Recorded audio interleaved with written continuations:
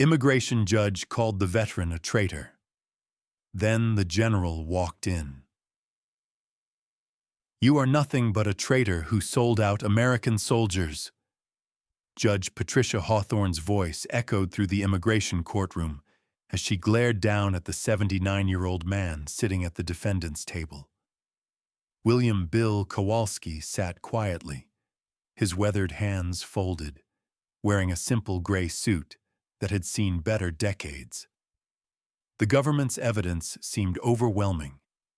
Classified documents in his possession, unexplained contact with foreign nationals, and gaps in his military record that suggested treasonous activity. But when the courtroom doors burst open and a four-star general strode in with his full entourage, Judge Hawthorne was about to learn that some secrets are classified for reasons she never imagined. The Federal Immigration Court in Arlington, Virginia, carried the weight of 1,000 difficult decisions. Judge Patricia Hawthorne had presided over deportation hearings for 12 years, and she prided herself on her ability to see through the desperate lies and fabricated stories that desperate people told to avoid being sent back to countries they feared. At 51, she was known for her sharp legal mind and her unwillingness to be swayed by emotional appeals that had no basis in law. Today's case seemed straightforward compared to her usual docket. William Kowalski, a 79-year-old naturalized citizen, was facing deportation proceedings based on evidence that he had concealed material facts about his military service during his original citizenship application. More seriously, recent FBI investigation had uncovered what appeared to be treasonous activities during his time in the Army during the 1960s and 1970s. The evidence presented by Immigration and Customs Enforcement was damning.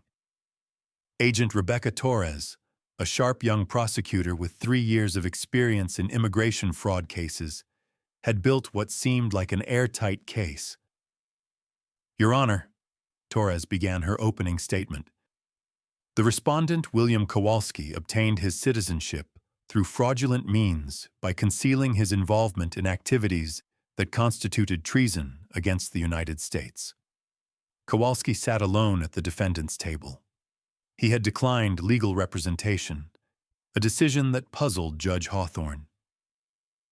In her experience, only the guilty or the delusional represented themselves in deportation proceedings with such serious allegations. His case file showed he had been born in Poland, immigrated to the United States as a teenager, and served in the U.S. Army before becoming a naturalized citizen in 1975.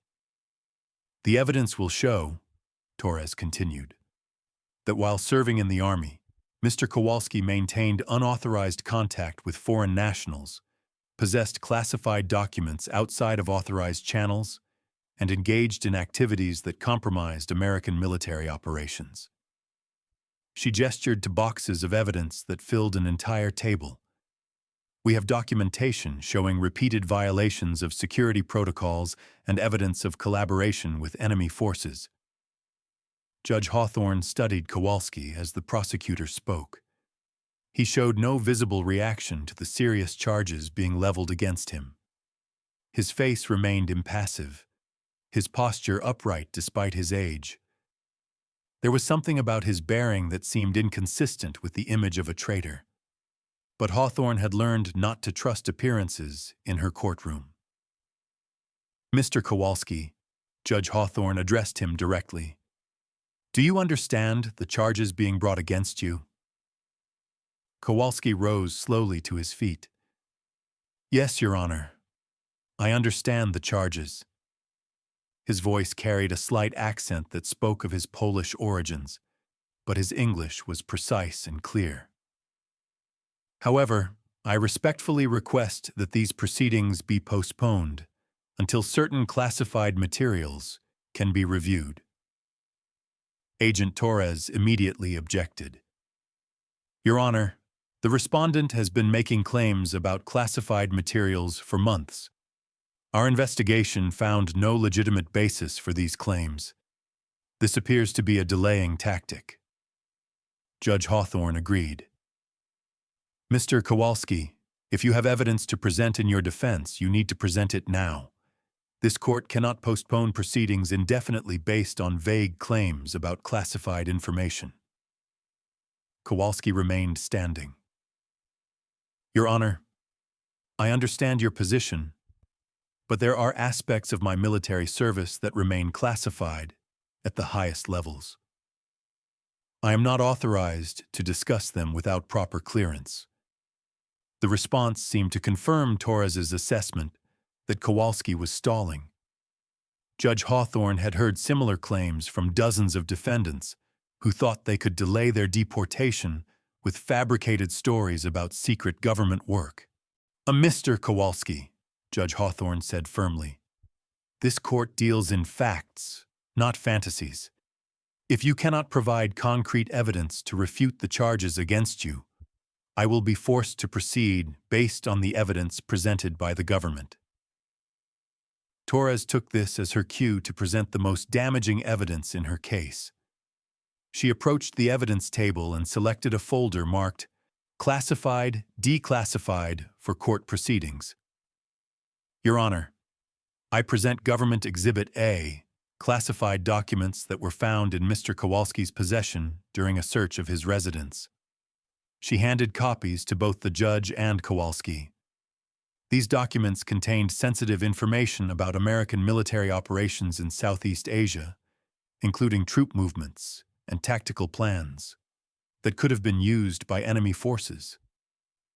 Kowalski examined the documents without surprise, as if he had expected them to surface. Your Honor, I can explain the presence of these documents, but only in a classified setting with proper security clearances. Judge Hawthorne's patience was wearing thin. Mr. Kowalski, you are not in a position to dictate the terms of these proceedings. Either present your defense or accept the consequences. Torres continued her presentation. Government Exhibit B shows evidence of unauthorized contact with foreign nationals during Mr. Kowalski's military service. Phone records, meeting logs, and witness statements indicate systematic communication with individuals known to be associated with foreign intelligence services. The evidence seemed overwhelming, and Judge Hawthorne found herself wondering why Kowalski had bothered to contest the charges at all. Government Exhibit C, Torres announced, contains sworn statements from former military personnel who witnessed Mr. Kowalski engaging in suspicious activities during his service. These witnesses describe instances where Mr. Kowalski violated security protocols, accessed information beyond his clearance level, and maintained relationships with individuals who were later identified as foreign intelligence operatives. The case was building into a clear pattern of treasonous activity. Judge Hawthorne had seen enough evidence to render her decision. Mr. Kowalski, based on the evidence presented, it appears that you obtained your citizenship fraudulently by concealing material facts about activities that constituted treason against the United States, unless you can provide concrete evidence to refute these charges. Kowalski interrupted quietly. Your Honor, I served my country faithfully for 31 years. Everything I did was authorized by the highest levels of government. I understand that the evidence appears damaging without proper context, but I am not authorized to provide that context in an unsecured setting. Judge Hawthorne had reached her limit. Mr. Kowalski, this court cannot operate on the basis of claims that cannot be verified. You are asking me to dismiss serious charges against you based on your word alone. Your Honor, Torres interjected. We have investigated every aspect of Mr. Kowalski's claims about classified activities. Our investigation found no record of any authorized covert operations involving the respondent. His military personnel file shows standard service as a communications specialist, nothing more.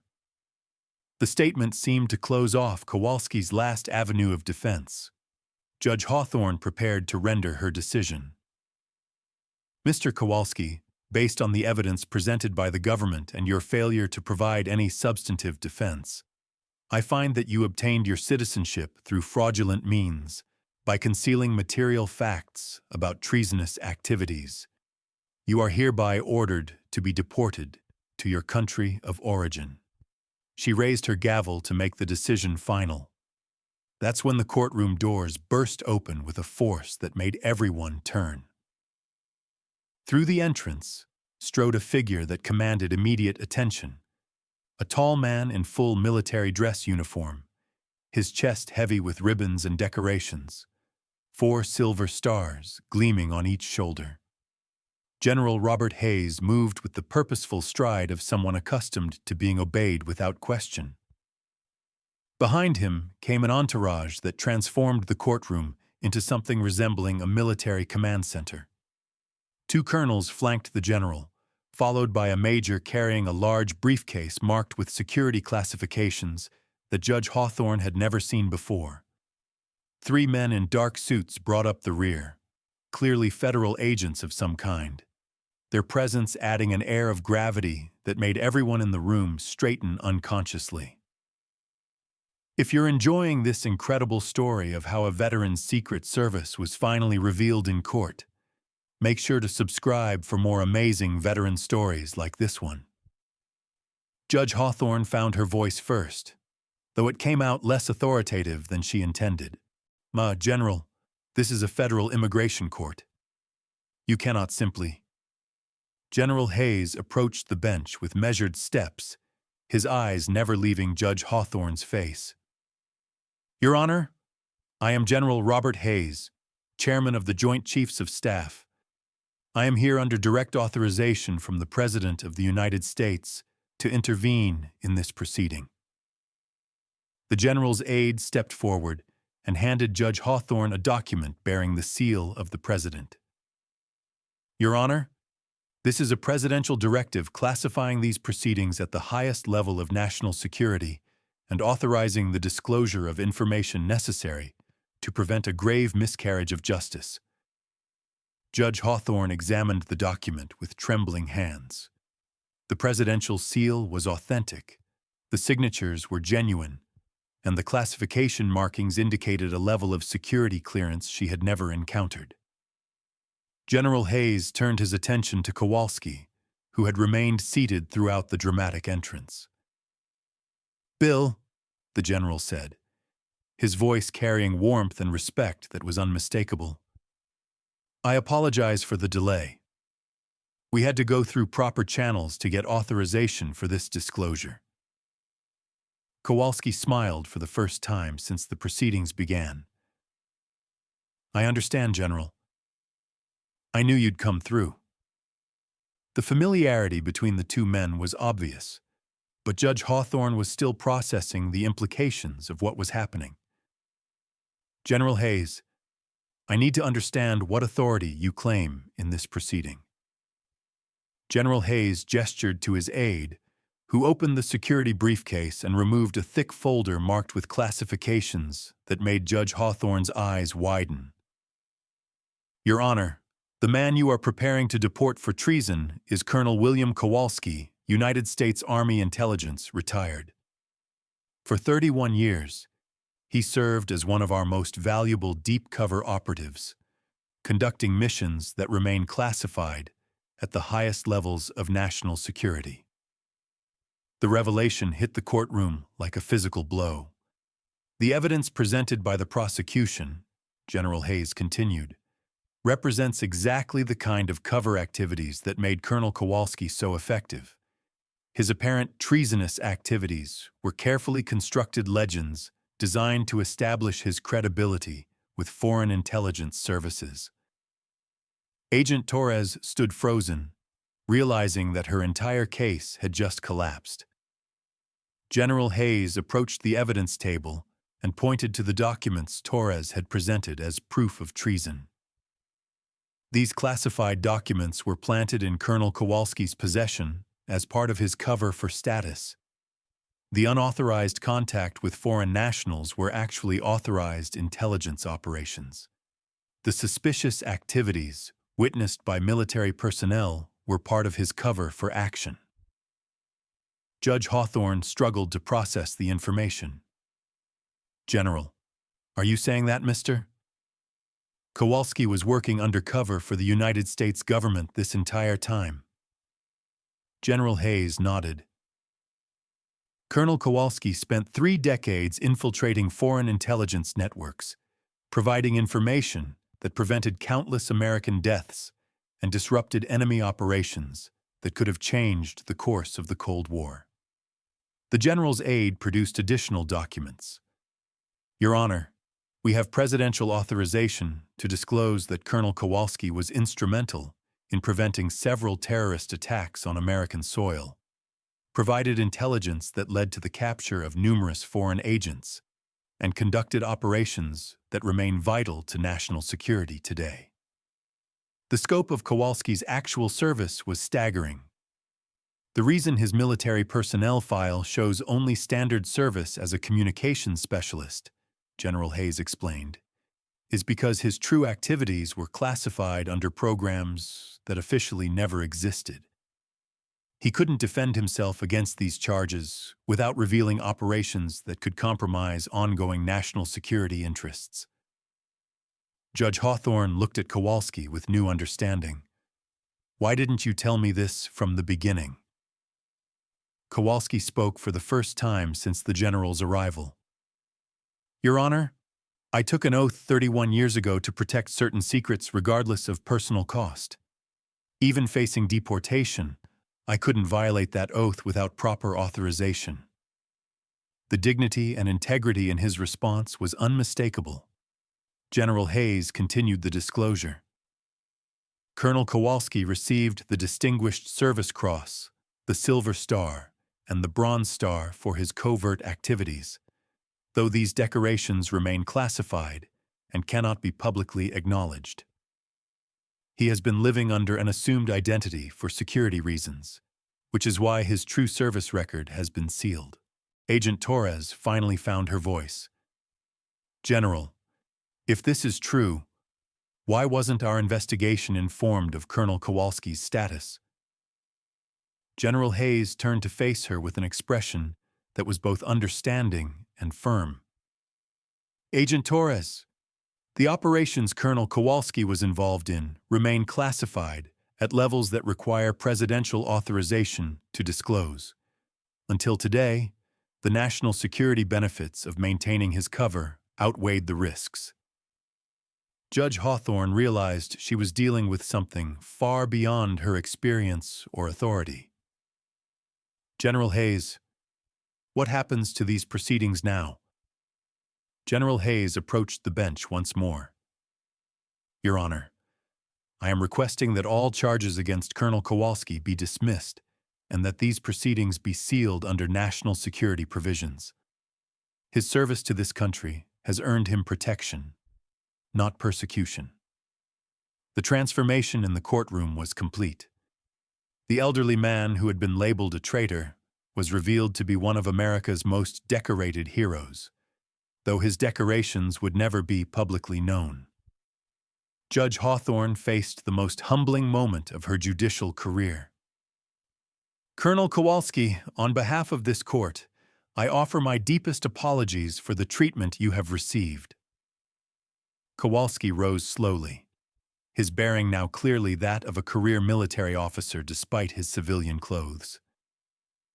"Your Honor, you were doing your job based on the information available to you. I harbor no resentment." The grace with which he accepted the apology spoke volumes about his character. General Hayes concluded the dramatic revelation. "Colonel Kowalski will be returning to his secured status under federal protection. These proceedings are hereby classified, and all personnel present are bound by national security obligations regarding what has been disclosed here." The general's words carried the weight of federal law. As the courtroom cleared, Judge Hawthorne sat alone, processing what she had witnessed. She had come within minutes of deporting a man who had spent his life serving his country in ways she couldn't have imagined. The case would haunt her for the rest of her career, serving as a powerful reminder that sometimes the most important truths are the ones that can't be spoken. Agent Torres approached Kowalski as he prepared to leave with the general's entourage. "Colonel, I owe you an apology. I was just doing my job, but—" Kowalski placed a gentle hand on her shoulder. "Agent Torres, you conducted a thorough investigation based on the evidence available. That's exactly what you should have done. The system worked as designed." General Hayes escorted Kowalski from the courtroom, but not before turning back to address Judge Hawthorne one final time. "Your Honor, Colonel Kowalski's story is one of thousands of classified heroes who serve in shadows so that others can live in the light. Sometimes the greatest service requires the greatest sacrifice, including the sacrifice of recognition." The immigration court returned to its normal routine the following day, but the staff who had witnessed the proceedings carried with them a new understanding of the complexities of justice and service. The case files were sealed and classified, the evidence was returned to federal custody, and officially, the hearing never happened. But for those who were present, the lesson was unforgettable. True heroes don't always look heroic, and sometimes the most important service to country requires enduring the accusation of betraying it. Colonel William Kowalski had proven that the highest form of patriotism sometimes means accepting dishonor to protect something greater than oneself. Years later, when Judge Hawthorne was asked about the most challenging case of her career, she would simply say that it taught her the difference between what appears to be true and what is actually true, and that sometimes the most dangerous assumption is that you have all the facts.